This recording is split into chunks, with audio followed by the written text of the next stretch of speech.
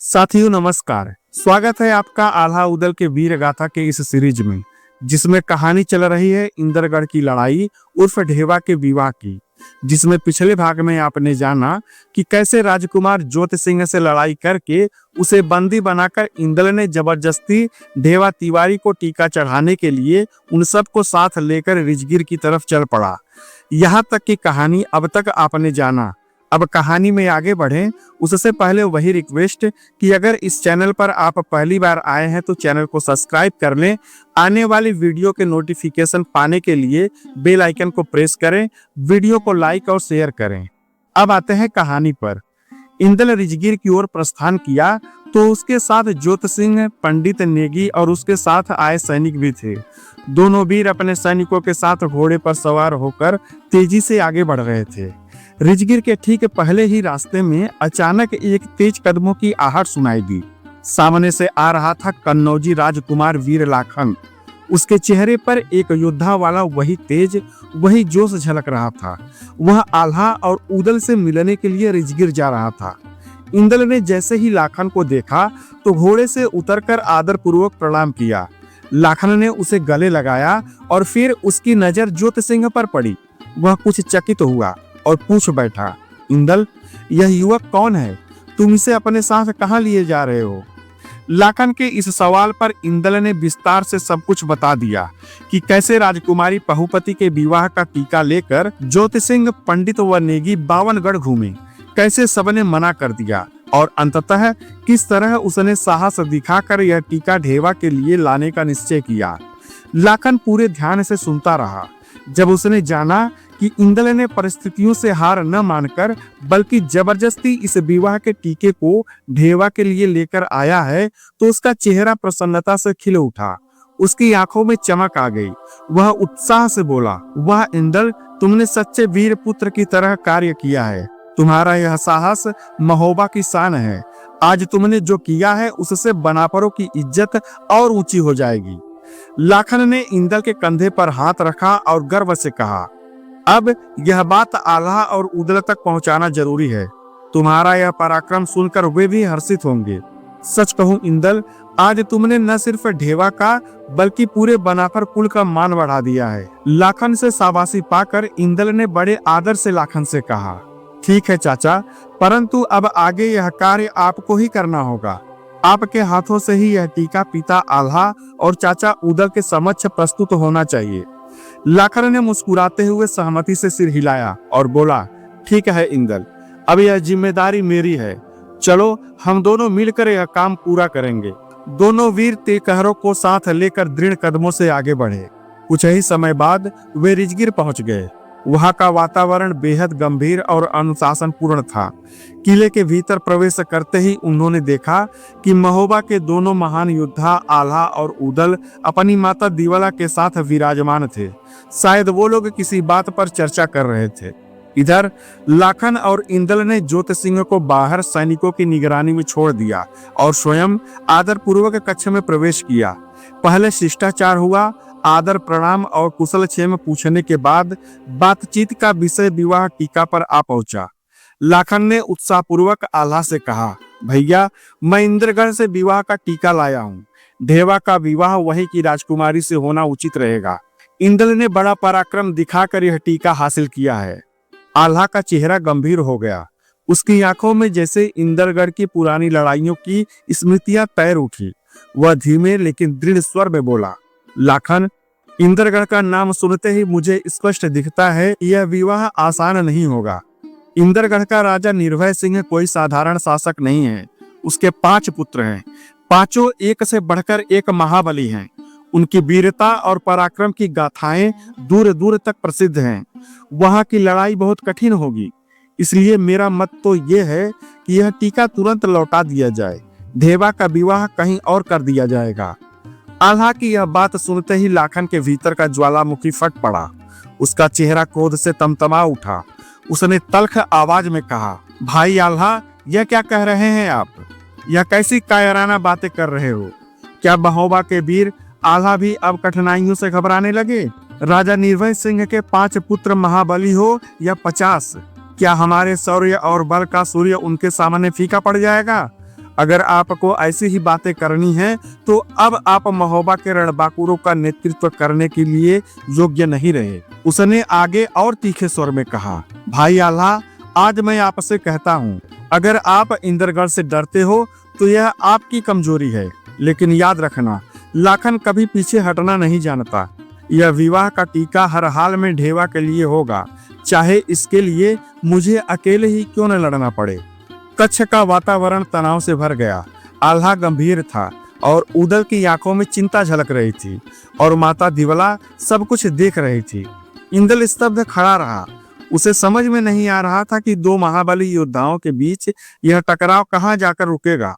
कच्छ में वातावरण भारी हो चुका था। आल्हा की गंभीर बातों पर लाखन का रोष थमने का नाम नहीं ले रहा था। उसकी आवाज में अब चुनौती का स्वर गूंज रहा था। भैया, लाखन गरजते हुए बोला, आपने जिन 5 पुत्रों का नाम लिया है वे चाहे कितने ही महाबली क्यों न हो, क्या वे बनाफरों के शौर्य से बड़े हैं? अगर आप इंद्रगढ़ से पीछे हटने की बात करते हैं तो यह महोबा की इज्जत पर धब्बा होगा। आल्हा का चेहरा तन गया। उसकी आंखों में गहरी गंभीरता उतर आई। उसने कुछ क्षण मौन साधा, फिर सीधा इंदल की ओर देखा और कहा, इंदल, उसने धीमे लेकिन कड़क स्वर में कहा, क्या तुम भी इस टीके के साथ आए हो?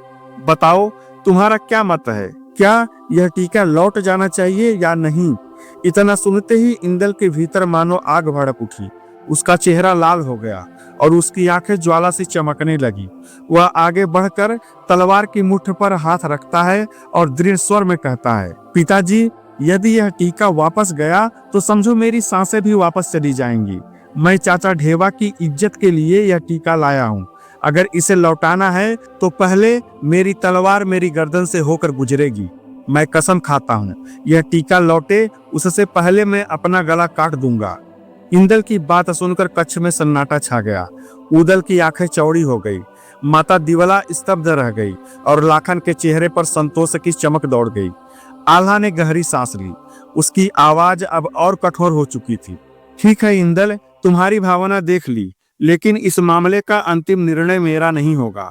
अब यह तय करेगा उदल। वही जो कहेगा वही होगा।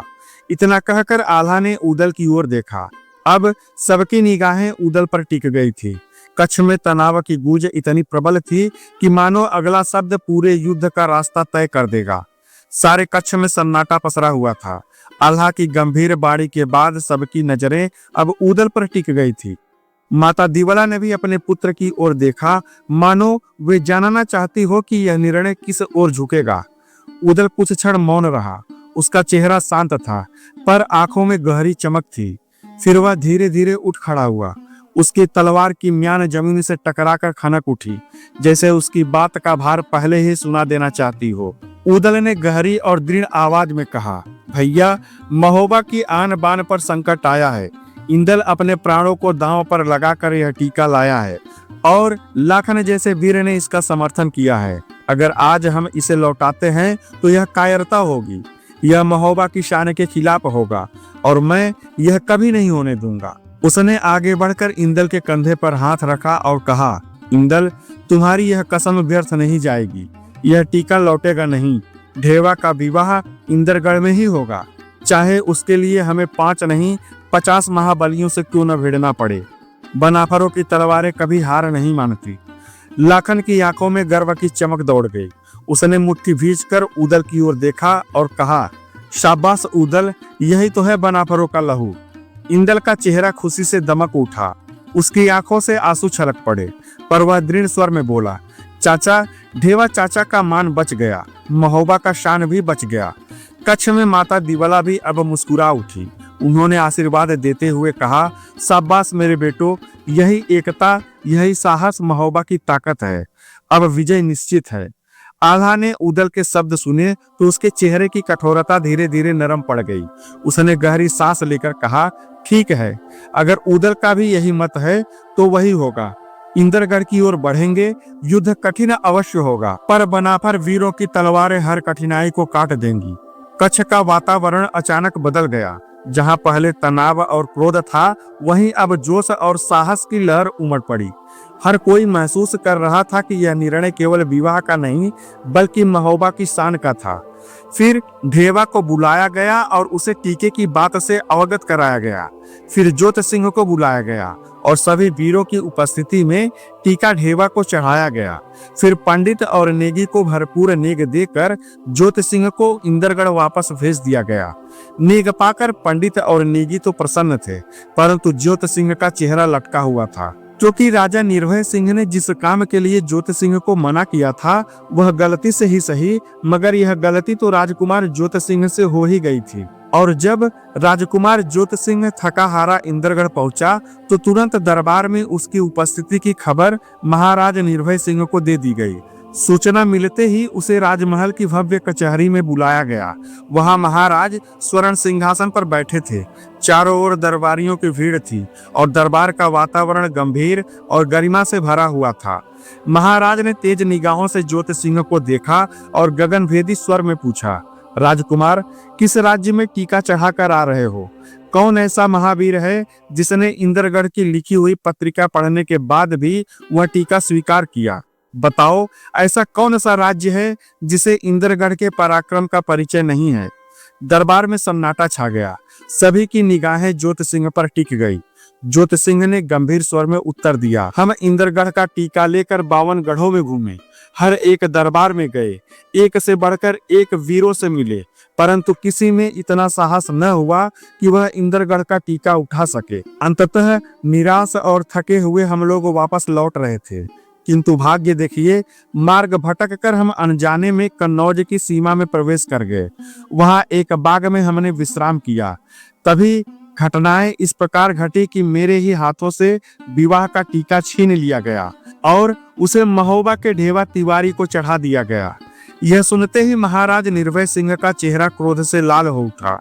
उनके नेत्र अग्नि समान धधकने लगे और उन्होंने गूंजते स्वर में कहा, ज्योत सिंह, मैंने स्पष्ट आदेश दिया था कि कन्नौज मत जाना, फिर भी तुमने वही किया जिसकी मनाही थी। जिस कार्य से इंदरगढ़ की प्रतिष्ठा पर आंच आ सकती थी, उसी कार्य को तुमने अंजाम दिया। यह अनुशासन भंग है, यह इंदरगढ़ के गौरव के साथ खिलवाड़ है। दरबार में गहरी खामोशी छा गई। सभी को लगा मानो अभी महाराज प्रलय कर देंगे, लेकिन तभी ज्योत सिंह ने सिर झुकाकर दृढ़ स्वर में कहा, महाराज, यदि टीका वापस लाना मेरे बस में होता तो क्या मैं कभी उसे वहां चढ़ाता? मैं आपके आदेशों का अनादर करने वाला पुत्र नहीं हूँ। परिस्थितियों ने हमें विवश किया, अन्यथा प्राण रहते हुए मैं भी इंदरगढ़ की प्रतिष्ठा को आघात न पहुंचने देता। ज्योत सिंह की यह बात सुनकर महाराज निर्भय सिंह कुछ पल के लिए मौन रह गए। उनकी सांसें तेज चल रही थी, परंतु धीरे धीरे क्रोध का ज्वार भीतर ही भीतर थमने लगा। उन्होंने मन ही मन क्रोध का घूंट पीकर स्वयं को संयमित किया। फिर गहरी आवाज में बोले, ठीक है, अब दोषारोपण का समय नहीं है। जो होना था हो चुका, अब आगे की रणनीति पर विचार करना होगा। इंदरगढ़ की प्रतिष्ठा को आघात पहुंचा है और उसे पुनः स्थापित करना ही हमारा धर्म है। महोबा और कन्नौज को यह जानना होगा कि इंदरगढ़ की गरिमा किसी के चरणों की धूल बनने के लिए नहीं बनी। महाराज के इन शब्दों से दरबार फिर से जीवंत हो उठा।